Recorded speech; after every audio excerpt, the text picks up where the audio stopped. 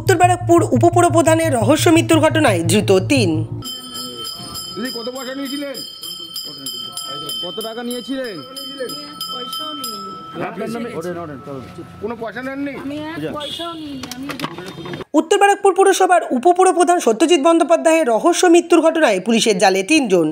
বুধবার সকালে রায়দিঘি থেকে জয়শ্রী দাস এবং টিটাগড় থানার শহীদ সরণি থেকে শুভজিৎ বিশ্বাস ওরফে সন্তু ওরফে প্রসেনজিৎ এবং শুক্লা বিশ্বাসকে পুলিশ গ্রেপ্তার করেছে। এদিন ধৃতদের ব্যারাকপুর আদালতে তোলা হলে বিচারক 7 দিন পুলিশি হেফাজতে রাখার নির্দেশ দেন।